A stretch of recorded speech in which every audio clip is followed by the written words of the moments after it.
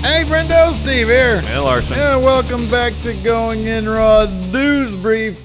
We're going to try to keep this brief today, Larson. Tell me, what's nude? What? Nude? Yeah, I don't know, man. What's like in the news? Slammy might be nude anyways. Ratings Great. are in. We won this. We won this Slammy. Let's give it to us. Discord won it us. Given to us. Ratings are in for this week's edition, post-TLC edition of Raw. They're not good, man. They're bad. That's not really news, real bad. But what is news is that whenever the Raw ratings break a new record, that's kind of news-ish. Yeah. And we can talk a little bit about Well, especially for a non-holiday situation like what the reaction might be. Monday, yeah. The average was 2.053 million. That's a new non-holiday low. Like, you expect garbage ratings for holiday edition. People are doing better things than watching wrestling. Yeah. Yeah. And the third hour drop, it went from 2.2 million the first hour to 1.85 in hour 3. That's bad. 15 plus 2 is 35, 350,000 people. Said, is that my math right? Sure.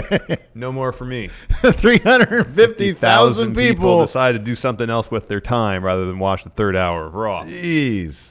You, in a tweet about this news, provided some context about how bad this was, noting that the December 10th, 2018 edition of Raw notched 2.193 million, and then next week we got McMahon Shakeup. Yeah. Which was a disaster in its own right. Which was a total mess. So with next week's episode, Arguing the Can, they taped that already, and another holiday episode coming about next week. Yeah. Can't expect a ratings bonanza there. What are they going to do?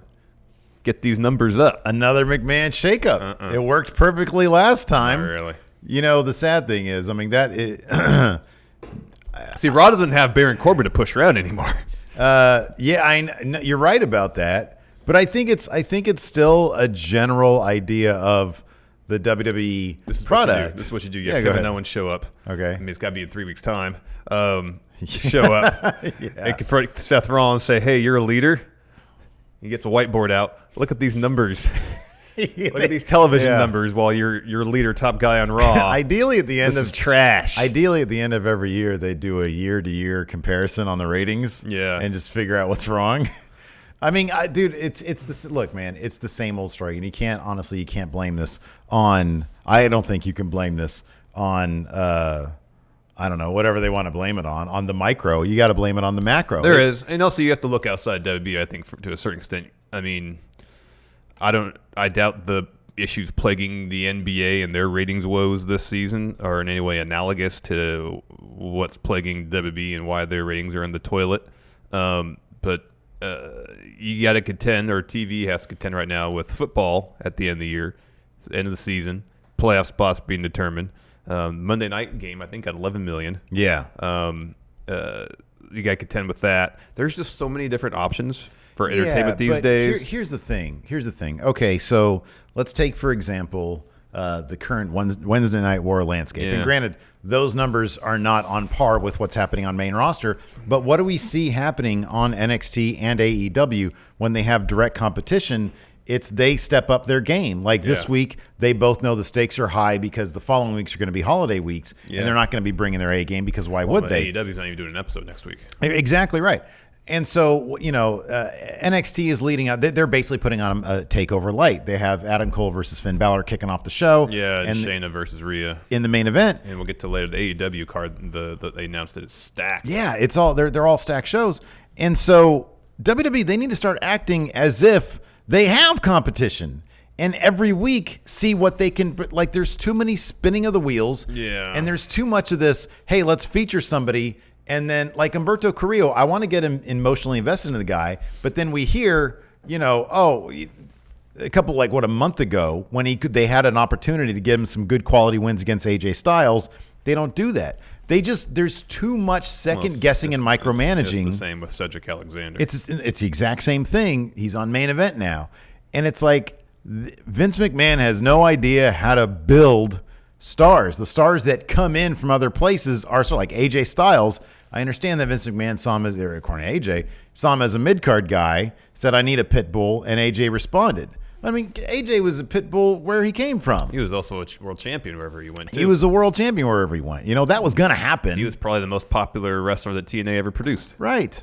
it's this, it's a problem inherent with the booking of the show, with the creative of the show. There's nothing urgent about it. Raw is too long. And then SmackDown, I don't know what the hell they're doing over there. It's a snooze fest. They don't know what they're doing over there. It's a snooze fest every Friday night. You open the show with Baron Corbin, and that makes me want to turn the channel. And I like Baron. I know. He'd be a great second fiddle. He'd be a great lead henchman. Mm-hmm. And then you could springboard him up to a main event level after he's so over as a lead henchman, but they never did that. No, they just try to skip straight ahead to a main event guy, and he hasn't earned that yet. Yeah. He hasn't earned it, and people, he's got the wrong type of heat. And on top of that, Raw has a world champion that is nowhere to be found. Mm-hmm. They're fighting over the U.S. title, which they have basically buried over the past, God, however many years. So what do we care? There's no world champion over there. Get that belt off Brock. Have Kevin Owens beat him for it. Yeah, I don't know. Like ratings are down. What I say was last year? What I find it was last year? 2.193. Yeah, so and it's then down 140,000. It's down 140,000 last year. They recognize this as an issue 1 year ago. Yeah, you have plenty of time. As recently as a month ago, it was 2.058. I think I read. Yeah, November of this year. So it's not the first time it's you sunk have had to early. All this time that you point. obviously recognize the problem, and not just recognize the problem, publicly came out to your audience and said, this is a problem, we're going to do better. You've had all this time to address real issues. Lip service, man. And all we get is lip service. It's all lip service. Bruce, Eric Bischoff and Paul Heyman, executive directors. Vince is still sitting there at gorilla position. Mm-hmm. Well, I guess he wasn't at TLC. Maybe, apparently he's probably on the phone, though. Maybe with the XFL coming up. No, he'll do like he did the first time, was just work twice as hard and be less half as effective. The McMahon shakeup was brought up to Stephanie McMahon in a conference call. Alex McCarthy from TalkSport. Oh, man, he's been doing great work. Who does really, whenever he gets all sorts of access, and whenever he does get access, he asks great questions. Yeah, we got some stuff with Cody coming up later on. Yeah, that's right. Alex McCarthy talked to Stephanie McMahon and talked about this about last year's shakeup. She replied, we are certainly doing our best to listen to our audience and give them what they want.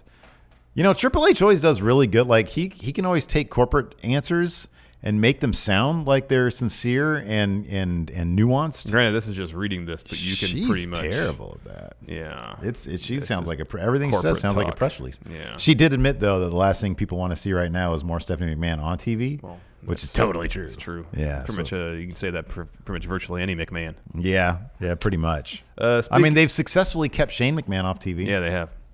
Speaking of someone that WWE wants to keep off your televisions. It looks like WWE's trying to scrub Dean Ambrose from their own existence, so they did a top 10 video, debuts of the decade. I don't know if this is in any sort of order, but the Shield's, their entry was right square in the middle of it. If he hadn't left, they'd be totally. Who do you know who number one was? Shoot, I can't remember what the last. I scrubbed through to see what they were. Was Shinsuke's above this one? No. Oh, okay, interesting. Okay.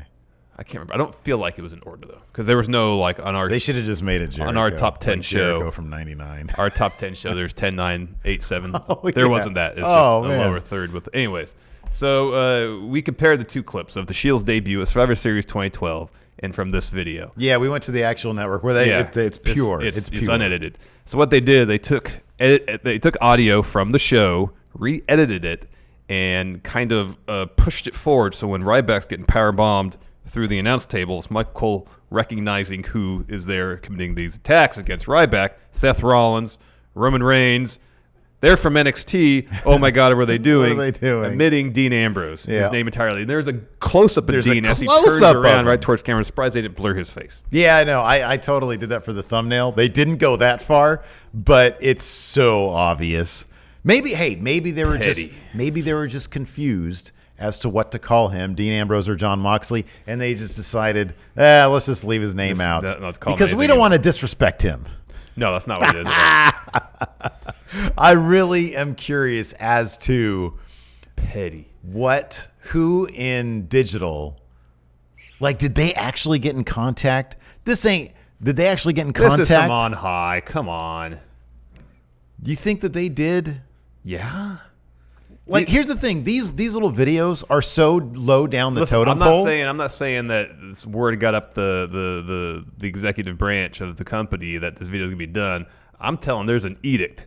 There's a memo saying from here this moment forward, persona non grata. If there's anything that is to mention Dean Ambrose, we are not to mention Dean Ambrose. Right. Yeah. And from on high, that's what I mean. Okay. I'm not saying Vince is in there with the editing booth with this with this low paid editor. $11 an hour intern. Putting this together. Saying, you gotta take his name out. No. Yeah. There's been a memo though. You're probably right. You're probably right about that. I really you know what I love? You know what I would love? Because this wouldn't surprise me they did this, because sometimes they kind of do stuff like this.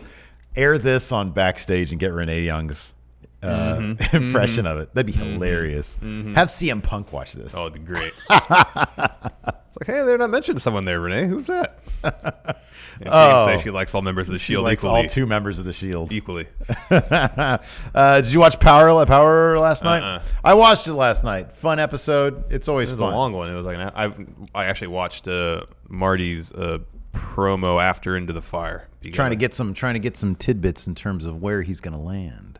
Well, that's his thing now. He's keeping everybody guessing. That's what he told Stu Bennett. He had a sit-down interview. Who, by the way, is a marvelous addition to Power. Man, he's great. He's so good.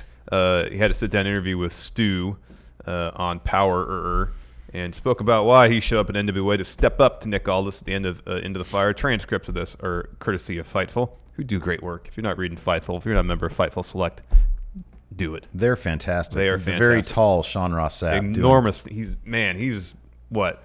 8 feet tall? I used to do some work for the Sacramento Kings, so I'd be every once in a while around the really NBA players. Really tall guys. How this guy didn't land on a top 5 draft pick in the NBA? I know. Beyond me. The height alone. We met him. I was like, man, my neck is killing me. I know. Anyways, please Super continue. tall. Anyways, this is what Marty had to say. Quote, I want to be unique and stand out. I want to keep the people guessing. Everyone seems to think he's going to this company. He's going there. Is he doing this? Is he doing that? Okay, let's throw a spanner in the works. What if I turned up? Yeah. What if I turned up to the NWA? What if I turned up here? What if I turned up here? Truth is, the first opportunity I got, I turned up at the NWA Into the Fire because the NWA, I got a taste of it at the Crockett Cup this year. It really ignited my passion for pro wrestling. I really loved the idea of making a title match important. Back when we were kids, the World Heavyweight title was the most important thing, always the main event. Now, I don't know what happened. There's loads of World Heavyweight titles. It's hard to follow. I had the big match with Nick Aldis, and it really sparked my passion back in professional wrestling. Not that I ever lost it, but I love the honor, tradition. Hold on. He just said, I love the honor. Ring of Honor confirmed. Reading too much into that. Sorry, continue. The honor, like if he said it was an elite title, would you think he was going to AEW? Yeah. No, he's talking about a different belt. I love the honor, tradition, and legacy. My first opportunity to do anything else. Okay, let's just walk up to the NWA. I like to keep people guessing. I don't like anyone to assume that they know what I'm doing. Maybe I don't even know what I'm doing. That's the thing with pro wrestling that makes it so exciting, not knowing what's going on. No one knew about it. Most of the guys in the back, actually all the guys in the back, didn't know I was going to be here. I found it exciting. I've got to do different things to stand out and keep it interesting. So he also had a promo they shot after Into the Fire where he called out all this and kind of said some of the same stuff. Yeah. And Burl and Jess were in the front row. Yeah, that's awesome. And Burl was wearing a Friendo Club shirt. Too good, me brother. Too good, me brother. Yesterday on Going in Raw's Overrun bonus episode for patrons, patreon.com/ Stephen Larson, and of course YouTube channel members.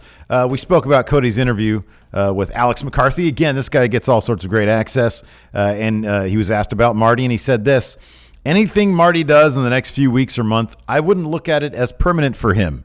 He's very much testing the waters here and there, and that's pretty much all I can say on Marty. Marty, even there was a little aside. I'm not sure if you mentioned it here in the notes. He said something along the lines of, maybe I don't even know where I'm going to go. Yeah.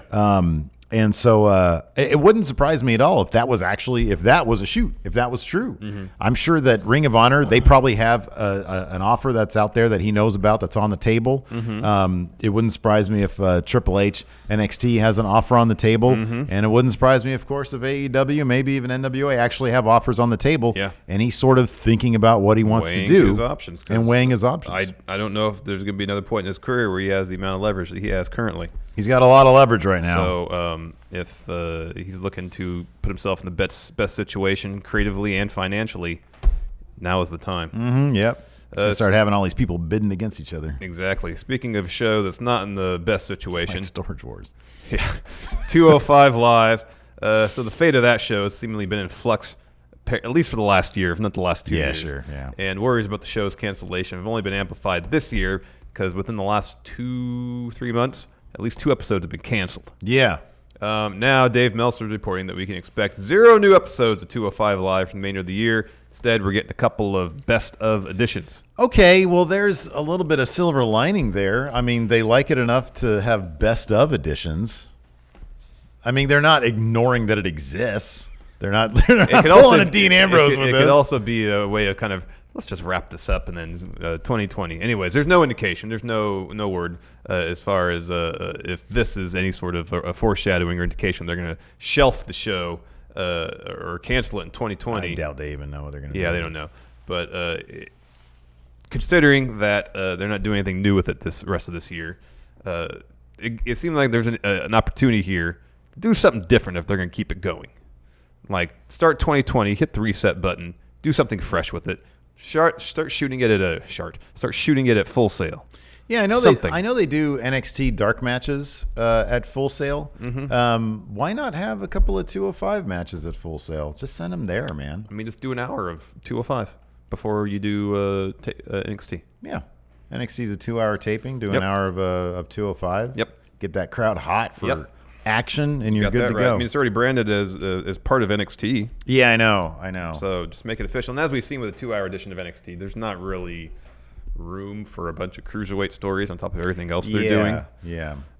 So if they highlight their A story for the cruiserweights on NXT, and then do the rest of the show on 205, do it in Full Sail. Yeah. Do a 45, 50-minute episode. Just have 2 matches. Let them go crazy. Yeah, sure. Let them do all sorts of awesome stuff and go from there. Yeah, that'd be great. A couple of recent re-signings with the WWE was announced on Backstage that the New Day and the Street Profits all signed multi-year deals to remain in the WWE. WWE released a statement about the New Day's contract stating that, quote, the New Day have agreed to matching multi-year extensions with WWE. Kofi Kingston, Big E, and Xavier Woods solidified a pact of identical length and compensation on their contracts to maintain equal status among the team. That is very interesting. Not surprising, very interesting. Of course, Xavier Woods right now is out with an Achilles injury. Yeah.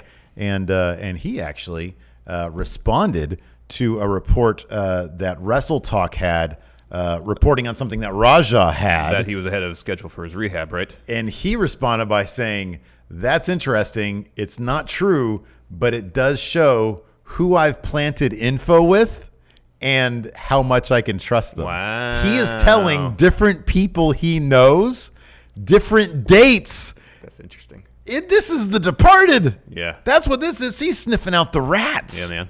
That's crazy. So whomever went to Raja, that's awkward. That is so. Why? What? It's in confidence. Why? I know. Why would you do that? I don't know. That's oh man. I don't know why they do that.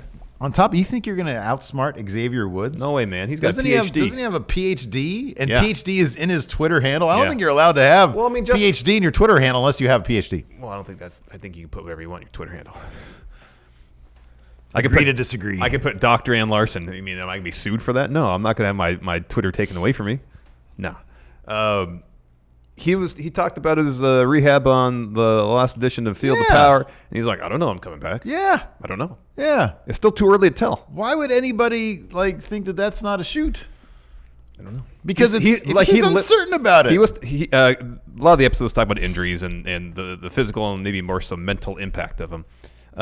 And Kofi talked about he had some bone spurs taken out of his ankle and said he was worried he couldn't run with his kids after that. And Xavier says, at this point, I'm worrying if I can walk. Yeah. Like he's that early in the process. Yeah. He's only been on the shelf for about a month. Yeah, right. It's way too early in the process to know when he's done with his rehab. I didn't see him respond, but I saw the report that he's going to be ahead of schedule. I remember just hearing what he said. It's like, this is way too early. Yeah, right. Yeah. He's probably, I don't even know if he's out of his cast yet. Yeah. As of last week, there was a little video of them shooting the show, or at least the first episode. This week, when he was talking about the Achilles injury on this week's show, there was a clip of it. He still has a cast on. Yeah. He's not doing any rehab now. Yeah. Let's talk very quickly. AEW and NXT preview stack shows for both. Yeah. You're the AEW shill. Why don't you tell us hell what yeah, to look man. forward Kicking to on things AEW? off for Dynamite, Young Bucks taking on. Oh wait, sorry, no, it's Lucha Brothers versus Kenny Omega and Hangman Page. That's what's kicking off Dynamite. That's what's this week, opening Dynamite. and it's going to be awesome. Also on the card, Young Bucks versus SCU for the AEW Tag Team Championships. Wouldn't be surprised That's if gotta there's be the main a title event. change. That's going to be the main event. Chris Jericho taking on Jungle Boy, non-title match. Be a good match. Cody and Darby Allin versus the Butcher and the Blade. That'll be great. That'll be good. Chris Statlander taking on Britt Baker. Winner will be the new #1 contender for the AEW Women's title. And then they also are saying that Awesome Kong will be in action. She's going to squash somebody over there on NXT.